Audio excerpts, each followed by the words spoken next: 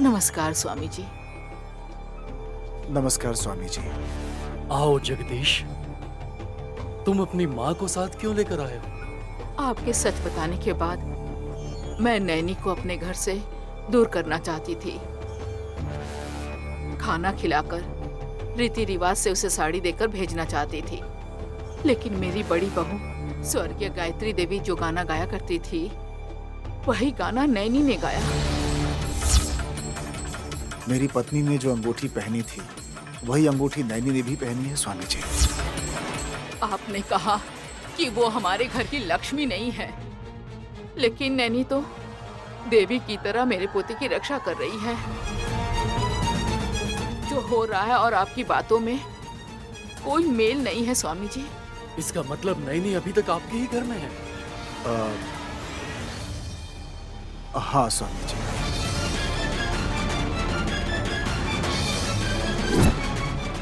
बिना देरी किए उसे गांव भेज दीजिए। मेरी बड़ी बहू की तरह दिखने वाली नैनी को दूर भेजने के लिए कह रहे हैं स्वामी जी। मेरे हाथ देखकर कहने के बाद भी तुम मेरी आज्ञा का उल्लंघन कर रहे हो। गुस्सा मत कीजिए स्वामी जी। मेरे बेटे की जान बचाने के लिए बहू बनाकर लाई हुई लड़की को वापस भेज देंगे तो दोबारा वो मुसीबत मेरे बेटे के सामने नहीं आएगी क्या? वैसी मुसीबत तो आ चुकी है, लेकिन विशाल के लिए नहीं, नैनी के लिए आई है।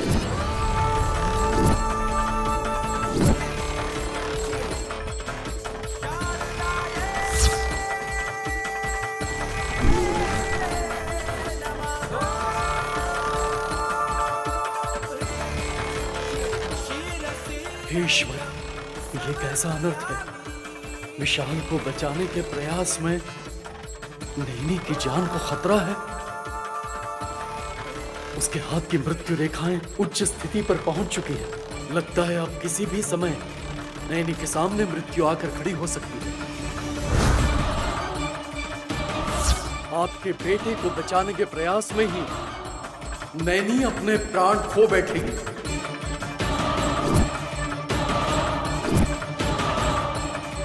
आपके स्वार्थ के लिए उस मासूम की बलि नहीं चढ़नी चाहिए। इसीलिए वेद वाक्य कहने वाली इस जुबान से मुझे मजबूरन झूठ बोलना पड़ा। नैनी विशाल की रक्षा कवच नहीं है। अब मतलब मुसीबत में मेरा बेटा नहीं है क्या स्वामी जी? अब मेरी बहू है क्या? अब तुम मुझे एक बात सच सच बताओगी जगदीश? नैनी को ही अपने घर की बहुरानी बनाकर क्यों लेकर आए थे?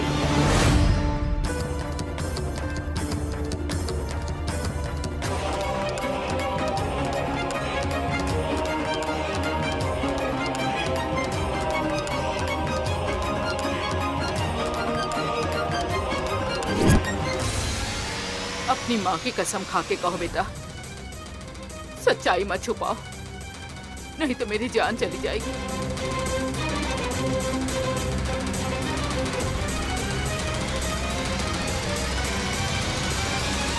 ऐसा मत कहो माँ। बताता हूँ माँ। मेरे स्वार्थ के बारे में आपको सब कुछ बताऊंगा।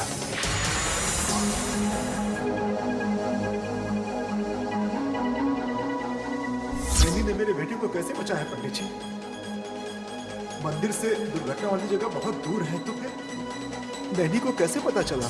नैनी को आने वाली मुसीबत का पता पहले चल जाता है।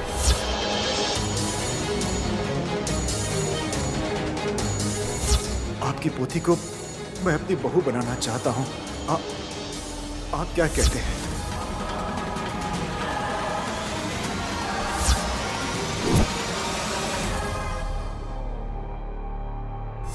मेरी जान बचाने वाली नैनी से मैं शादी करूंगा तो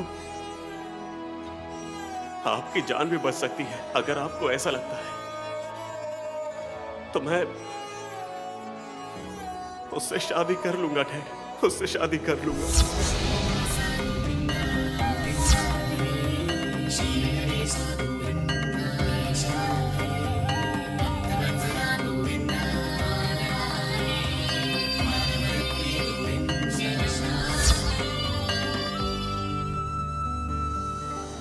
सारे सच्चाई को जाने बिना ही वो लड़की इतनी दूर आ गई। वो बहुत दूर से आई है, अब हम सबको छोड़कर चली जाएगी। बहू चली गई तो मेरे बेटे को कौन बचाएगा स्वामी जी? केवल तुम्हारे ही बेटे की जान अमूल्य है क्या? नैनी की जान का क्या? गरीब के घर की लड़की की बलि देना चाहते हो? क्षमा कीजिए स्वामी जी, नैनी की बलि होने वाली है ये बात मुझे अभी तक पता नहीं थी। अब पता चल गई है। किसी भी कारण से मैं उसकी बलि नहीं होने दूंगा। जो होना है वही होगा। अब नैनी को घर से भेज देता हूँ। नहीं बेटा, स्वामी जी, नैनी को कुछ नहीं होना चाहिए, मेरे पोते को कुछ नहीं होना चाहिए। उसके लिए हमें क्या करना है बताइए स्वामी जी।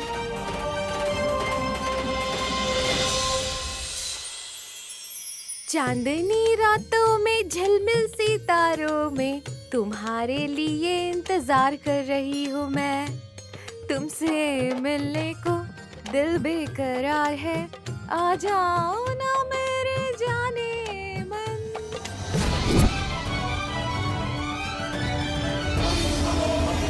इंतजार कर रहा हूँ मैं, इंतजार कर।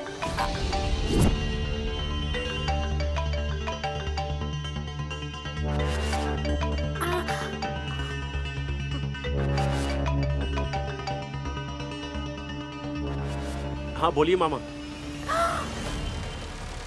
हाँ करा दूंगा, आप बताइए। अगर वो चेक नहीं लगा तो नेट बैंकिंग से ट्रांसफर करवाइए। User account, login ID, password सब कुछ व्हाट्सएप करता हूँ आपको, देख लीजिएगा। और हाँ थोड़ा लाइन में रहिए। विशाल को बिना बताए रूम डेकोरेट करना चाहती हूँ तो वो यहीं आ रहा है।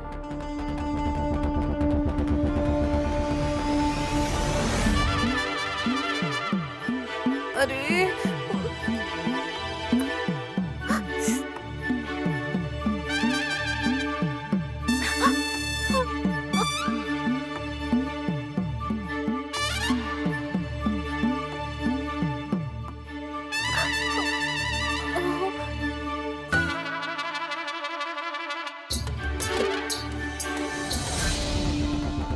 हाँ मामा जी, भेज दिया है, देख लीजिए। ओके।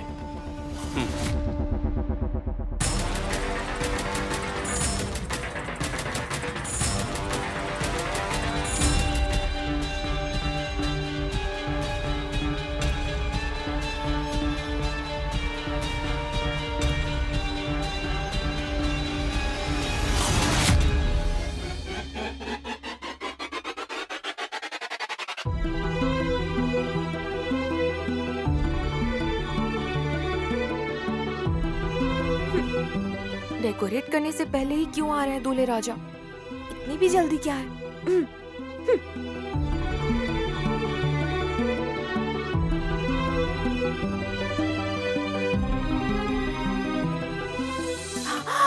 बाप रे! अरे हासिनी, आज तुम्हारी किस्मत अच्छी है।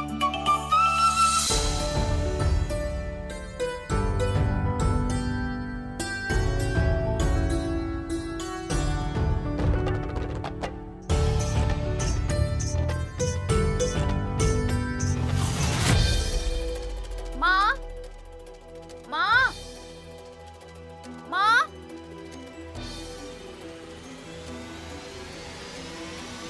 माँ, माँ,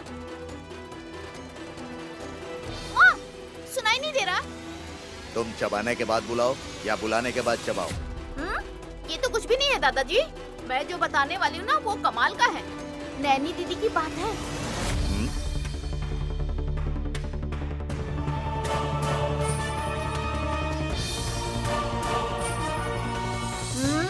देखा ना दादाजी, दीदी का नाम सुनते ही माँ के कान कैसे खड़े हो गए। अरे जल्दी बताओ बेटी। नैनी दीदी अकेले शहर कैसे गई होंगी? वो ससुराल पहुँचे या नहीं पहुँची, दिन में एक बार माँ पूछा करती थी। त्रिनयनी वहाँ कैसी है बेटी? यहाँ से जाते समय दीदी मेरी सांवली थी, सुना है कि अब गोरी हो गई हैं। ये सब तुम्हें किसने बताया है? वो गांव के मोहन राव जी वापस आ गए हैं। जब मैंने उन्हें कार में आते हुए देखा ना माँ, तो मैं भाग के उनके पास गई और उनसे बात की। मैंने पूछा कि बताइए मुझे मेरी दीदी शहर में कैसी है, ठीक है ना? ऐसा लगता है कि नैनी के बारे में जानने के लिए हमसे ज्यादा तुम्हें उत्सुकता है बेटी। अब जो भी हो, है तो मेरी बहन। माँ विशालक्षी, अब जाकर मेरे दिल को ठंडक पहुंची है माँ। मुझे खुशी हुई कि मेरी बड़ी बेटी खुश है। इतना काफी है माँ, इतना काफी है। क्यों खुश नहीं होगी? विशाल बाबू की शादी किसने करवाई? उनके पिताजी ने। वही जगदीश बाबू। उसने उनके परिवार को बचाने में मदद की। दीदी की बात तो ठीक है, लेकिन शिवा के बारे में उन्होंने कुछ नहीं बताया दादाजी। नैनी ठीक है तो वो भी ठीक ही होगा ना। ठीक ही होगा। दीदी को देखने के लिए गया था, वापस नहीं आया अभी तक। जब नैनी गांव आएगी तब वो भी नैनी के साथ आ जाएगा। खाना कब का बनाई थी? तुझे तो बैगन की सब्जी पसंद है। चल आजा, खाना लगाती हूँ। आपने देखा ना दादाजी, मैंने दीदी के बारे में बात की तो माँ का प्यार मेरे लिए कैसे उभर के आ रहा है। माँ के लिए सभी बच्चे एक समान होते हैं। उसकी बातें छोड़िए, अब चलिए बाबूजी, खाना लगाती हूँ। अगर किताब पढ़ने बैठेंगे तो फिर देर हो जाएगी। थोड़ा ही खाना निकालना बहू। मेरी पोती के बारे में सुनकर मेरा आधा पेट ऐसा ही भर गया।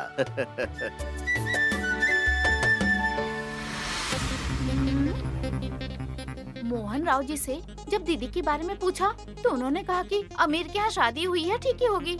और इन लोगों ने मेरी बातों को सच मान लिया। मैंने तो ऐसे कहानी बनाई थी। मेरी कहानी सुन के खुश हो गए ये लोग। ये जरा भी मेरा ख्याल नहीं करते। छोटी हूँ ना, इसलिए प्यार नहीं करते। इन लोगों का प्यार पाने के लिए मुझे कुछ बड़ा काम करना पड़ेगा। करके दिखाऊंगी।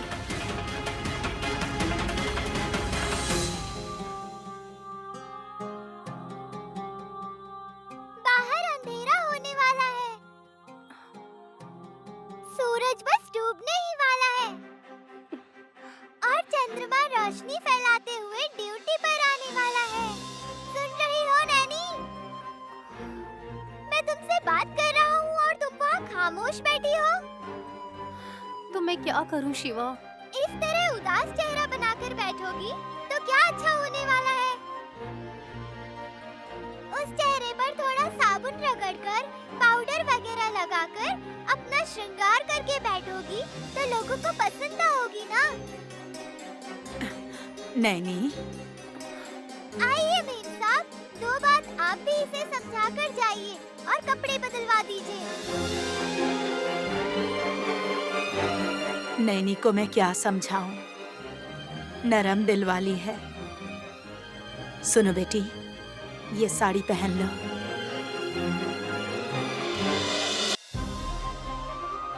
क्यों माँ जी? इस घर को छोड़कर जाने के लिए साड़ी दी थी। उसे पहनकर कमरे में नहीं जा सकती ना। वैसे भी तुम इस घर में परिवार बसाने वाली हो। एक नई साड़ी की जरूरत है, इसीलिए लाई हूँ। लो बेटी। जैसा आप सोच रही हैं, वैसा विशाल बाबू को भी तो सोचना चाहिए। वो सोच रहे हैं, इसीलिए तो इतना बड़ा डेकोरेशन किया है। मेम साहब, अब मैं और नहीं समझा सकता। अब आप इसको साड़ी पहनाओगी या नहीं, ये आपकी मर्जी है। लेकिन नैनी के हाथों में दूध का ग्लास तो होना ही चाहिए। तुम्हें जो पसंद करते हैं वो सभी चाहते हैं कि तुम यहीं परिवार बसाओ।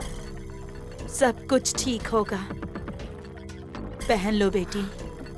जो लोग शराफत से घर छोड़ने के लिए कह रहे थे, उनके सामने घर बसाऊंगी तो वो फिर से मेरी बेइज्जती करेंगे। तुम्हारी किस्मत। शिवा, जरा चुप रहो, मैं समझा रही हूँ ना। नैनी, चाहे कुछ भी हो, तुम मेरे लिए ये साड़ी पहन लो। हाँ, ऐसे लिंक बनाकर बोलो। इसे मेरी इच्छा समझो, मना मत करो। तो फिर मुझे भी आपसे एक बात पूछनी है।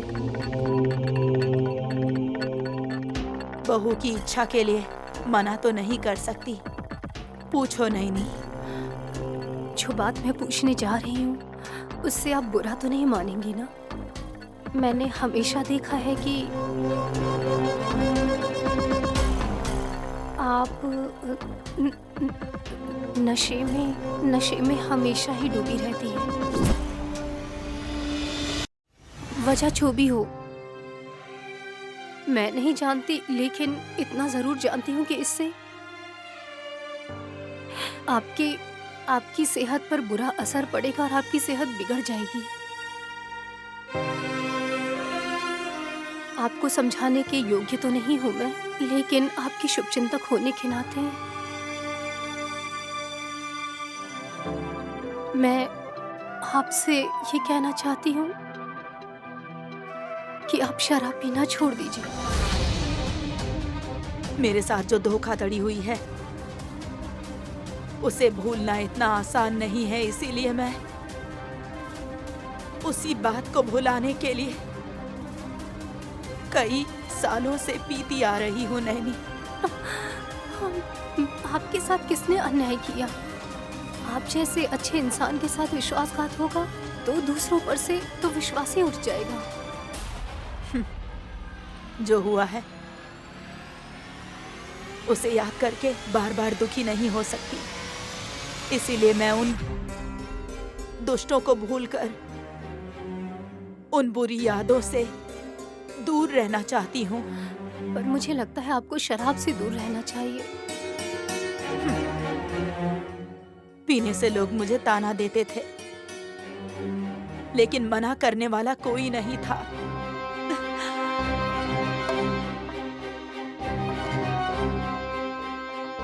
तुम पहली हो जिसने ये बात कही है।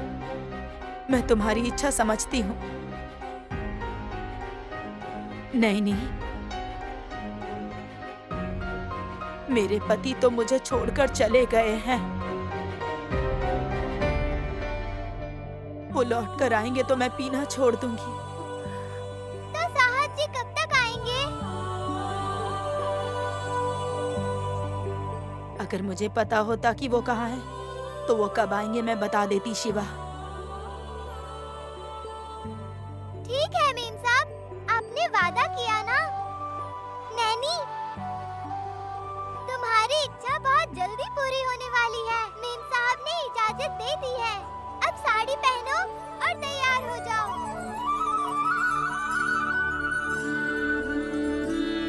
चलो नैनी, चलो।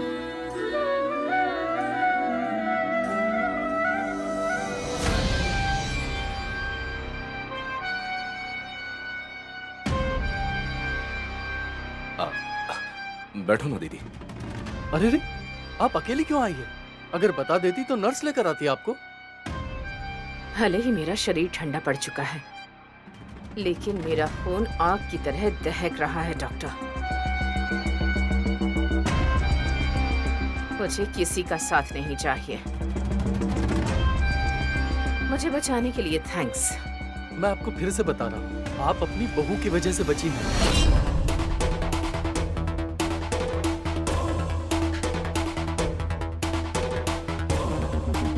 Take care. चलो दीदी।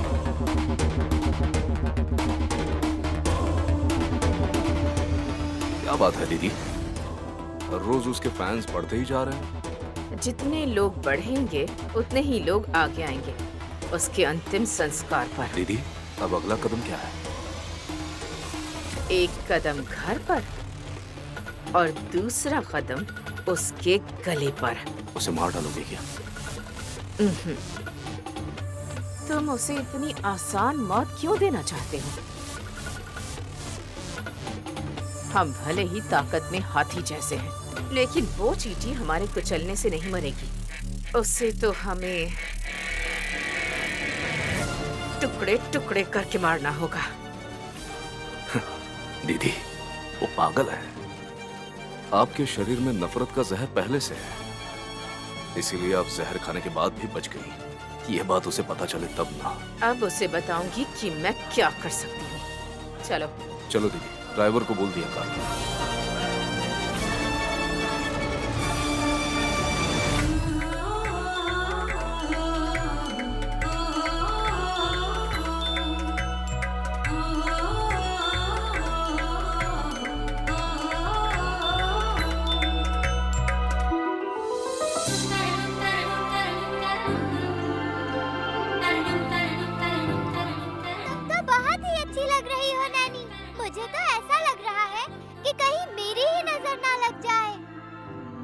तुम्हारा दिल बहुत साफ है शिवा, तुम्हारी नजर नहीं लगेगी। अच्छा बताओ, इस साड़ी में मैं कैसी लग रही हूँ? मैं क्या बोलूं?